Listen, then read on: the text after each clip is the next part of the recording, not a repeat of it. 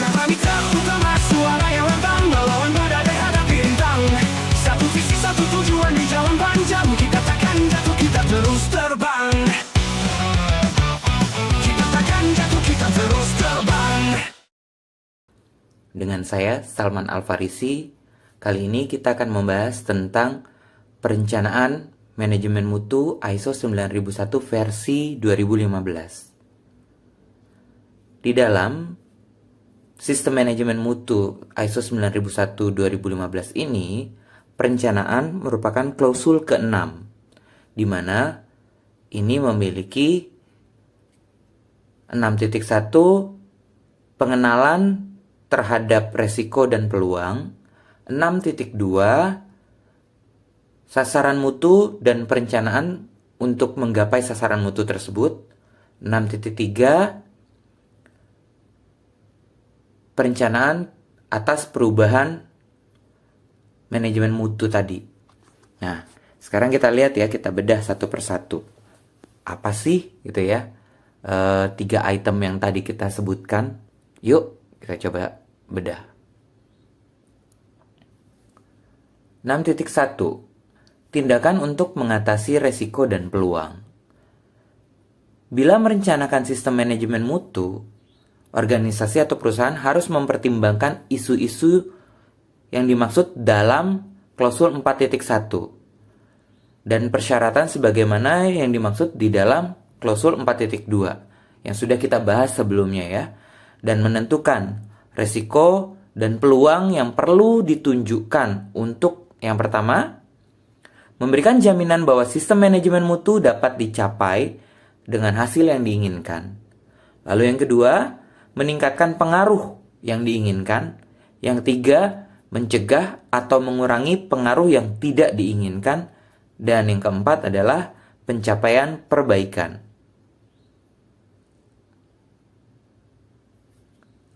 Tindakan untuk mengatasi resiko dan peluang. Nah, pertama kita harus menentukan dulu resiko dan peluangnya. Agar apa? Agar memberikan jaminan bahwasanya sistem manajemen mutu dapat mencapai hasil yang kita inginkan.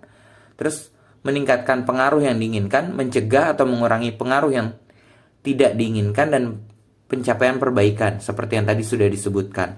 Lalu kita harus berpikir tindakan yang akan kita ambil, kemudian melakukan evaluasi efektivitas dari tindakan yang kita ambil tadi.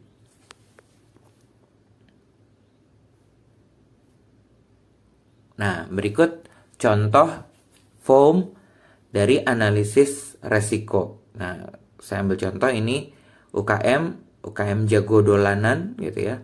Nah, ini saya buat identifikasi resiko dan peluangnya. Ini bagian pembelian gitu. Nah, aktivitas yang pertama adalah pembelian. Standar mutunya tidak terjadi kesalahan dalam proses pembelian. Resikonya terjadi kesalahan dalam proses pembelian. Dampaknya barang tidak bisa digunakan atau kita mendapatkan kerugian gitu ya. Nah, lalu kita evaluasi nih gitu loh. Evaluasi dampaknya tadi gitu ya. Nah, kemudian kita lihat resikonya. Apakah statusnya ini resikonya tinggi, rendah, atau sedang gitu. Nah, lalu bagaimana cara mengendalikan resiko tadi gitu. Habis itu dokumen apa saja yang terkait, terus tindak lanjut yang akan kita lakukan, batas waktu yang ditetapkan, sama penanggung jawab atas program yang tadi kita buat gitu. Nah, itu contoh ya. Ini contoh aja untuk mengisi form analisis resiko.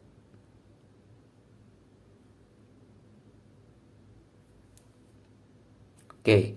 Nah, ketika kita memiliki resiko, itu yang pertama kita harus melakukan assessment atau pengujian resiko gitu. Nah, di dalam proses pengujian resiko itu ada yang pertama adalah identifikasi dulu resikonya. Lalu yang kedua dianalisis. Apa yang dianalisis? Yaitu seberapa sering, terus seberapa besar dampaknya gitu ya. Nah, itu analisisnya. Nanti diketahui tadi itu ini rating berapa gitu ya, sehingga status resikonya apa gitu ya. Nah, habis itu kita lakukan evaluasi resiko. Nah, kemudian baru tentukan perlakuan resiko apa nih untuk diterapkan atas resiko yang kita miliki ini gitu. Nah, baru sudah itu lakukan pemantauan dan review. Itu terus berulang seperti itu ya. Dan tetap dalam proses ini semuanya itu kita komunikasikan dan kita konsultasikan.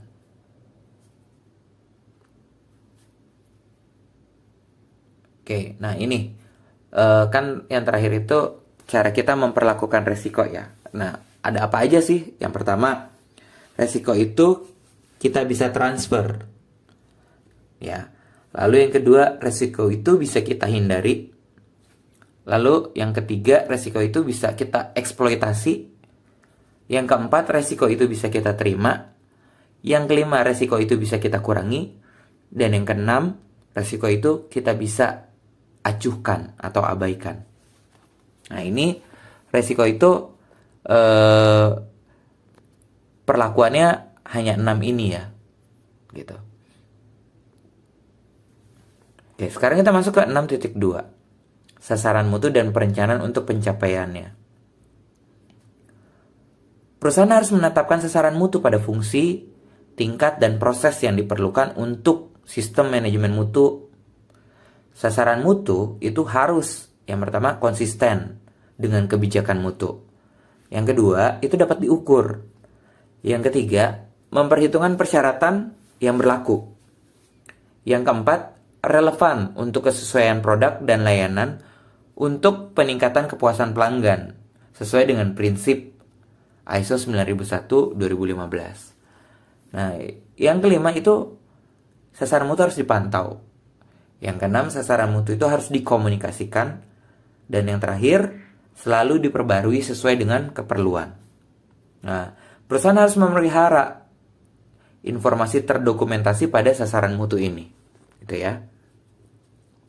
Lalu 6.2.2 itu ketika merencanakan bagaimana mencapai sasaran mutu, perusahaan harus menetapkan A. Apa yang akan dilakukan, B. Sumber daya yang dibutuhkan, C. Siapa yang bertanggung jawab, D. Kapan akan selesai, dan E. Bagaimana hasil akan dievaluasi. Nah, sasaran mutu itu ditetapkan pada fungsi, tingkat, dan proses yang sesuai. Sasaran mutu itu seperti tadi ya, itu harus konsisten dengan kebijakan mutu, bisa diukur, terus memperhitungkan persyaratan yang berlaku, relevan untuk kesesuaian produk dan layanan, terus juga untuk peningkatan kepuasan pelanggan, dapat dipantau, dapat dikomunikasikan, dan selalu diperbarui. Nah, ingat, untuk selalu membuat kebijakan mutu itu, sasaran mutu itu harus dilihat dari kebijakan mutu. Nah, kebijakan mutu ini harus sejalan dengan kebijakan perusahaan. Nah, kebijakan perusahaan ini didapat dari proses penetapan visi, misi, strategi, serta tujuan perusahaan gitu. Nah, ini harus sejalan ya, harus alignment gitu. Nah, gimana sih apa sih prinsip untuk membuat sasaran mutu yang baik gitu ya? Nah, yang pertama itu kita pakai metode Smart C. Sekarang sudah kita tambahkan lagi Smart C. S-nya itu adalah spesifik. Jadi dalam membuat sasaran mutu itu harus spesifik. Lalu measurable, dalam membuat sasaran mutu itu harus dapat terukur. Lalu A-nya adalah attainable atau achievable. Artinya sasaran mutu itu harus dapat dicapai. Lalu R-nya itu relevan. Artinya sasaran mutu itu harus relevan ya. Dan yang T ini adalah time based atau time bound. Artinya sasaran mutu itu harus memiliki jangka waktu tertentu untuk dievaluasi gitu. Dan yang terakhir adalah C, itu challenging. Artinya di sini itu bisa dilakukan gitu ya, karena ada pedoman sebelumnya. Misalnya tahun lalu adalah 1000, tahun sekarang jadi 1200 gitu ya. Jadi itu masih masuk akal dan itu masih bisa, oh iya, menantang nih buat saya untuk saya lakukan gitu.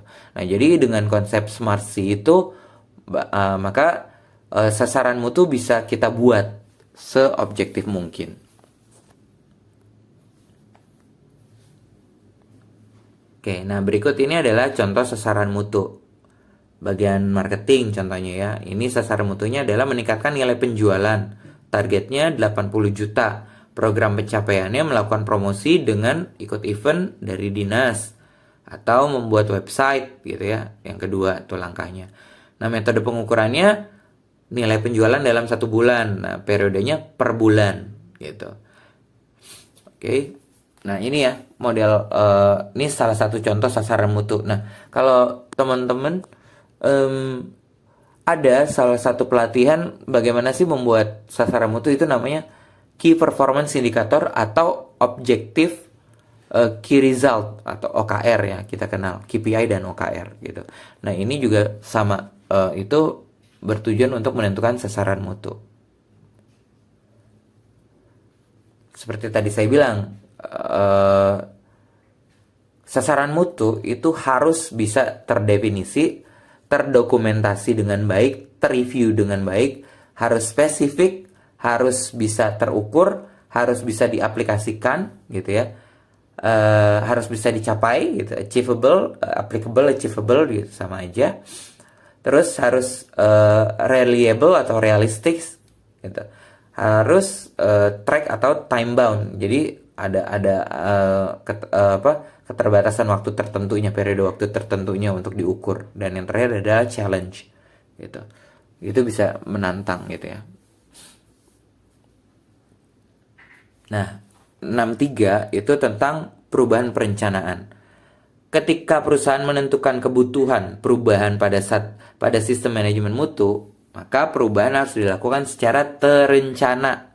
Ya, lihat di klausul 44 gitu. Nah, organisasi atau perusahaan itu harus mempertimbangkan yang pertama tujuan dari perubahan dan potensi konsekuensinya. Lalu integritas sistem manajemen mutunya bagaimana nantinya gitu. Dan ketersediaan sumber daya manusia, dan yang terakhir adalah alokasi atau relokasi tanggung jawab dan kewenangan. Nah, siklus untuk manajemen perubahan, yang pertama kita lakukan pengujian dulu terhadap perubahannya, lalu kemudian kita persiapkan untuk membuat perubahan tersebut, lalu kita rencanakan perubahan tadi, lalu kita implementasikan perubahannya, kemudian kita pertahankan perubahan tersebut, kemudian baru kita bisa menggapai kesuksesan. Itu langkahnya seperti itu gitu ya. Nah, saat kita mengidentifikasi kebutuhan untuk perubahan, ini contohnya ya, kita identifikasi bahwasanya saya dapat meningkatkan kepuasan pelanggan jika menerapkan proses untuk pembelian bahan baku secara mandiri. Nah, bukan melalui outsourcing gitu. Nah, ini karena mengurangi waktu proses pengolahan kalau saya beli bahan bakunya secara mandiri. Kalau lewat outsourcing kan itu nunggu gitu kan. Lalu yang kedua, mengidentifikasi tujuan dari perubahan dan konsekuensi potensial. Nah, tujuannya adalah untuk mengurangi waktu pemrosesan dan meningkatkan kepuasan pelanggan. Tetapi salah satu konsekuensi negatifnya bisa saja menyebabkan harga menjadi lebih tinggi. Ini resikonya yang perlu kita tangani ya. Jadi, rencana dapat dibuat untuk mempekerjakan karyawan, mencari pemasok, dan menempatkan proses di tempat gitu. Lalu yang ketiga, pastikan integritas sistem manajemen mutu itu tidak terganggu gitu. Nah, rencananya tadi itu perlu memastikan bahwasanya Anda tidak memiliki masalah di tempat lain di SMM itu gitu ya, karena perubahan yang sudah Anda akan buat gitu. Nah, Anda perlu bertanya apakah pemeriksaan masuknya bahan baku itu perlu berubah karena prosesnya baru atau tidak nih gitu. Nah, terus juga waktu pelaksanaan prosesnya perlu dilakukan agar tidak ada gangguan dalam aliran bahan baku yang akan mempengaruhi pemenuhan persyaratan pelanggan tadi gitu. Nah, yang keempat itu menetapkan sumber daya. Artinya di sini mengidentifikasi sumber daya yang diperlukan untuk menjalankan rencana perubahan tadi dan ditetapkan sumber dayanya siapa gitu ya. Siapa apa aja gitu ya. Nah, yang kelima mengidentifikasi dan berkomunikasi mengenai perubahan tanggung jawab dengan karyawan baru. Terus kebutuhan mungkin timbul untuk pengelolaan karyawan juga, ini harus kita persiapkan ya. Dan yang keenam itu melaksanakan rencananya. Nah, kita jalankan rencana perubahan tadi menggunakan sumber daya yang sudah kita tentukan tadi, gitu ya. Dan yang terakhir adalah pastikan efektivitas pelaksanaan. Sebelum mempertimbangkan rencana akan selesai, penting untuk memastikan bahwa semua telah ditutup dengan memeriksa bahwa tidak ada masalah yang perlu ditangani. Ini 7 langkah dalam melakukan manajemen perubahan.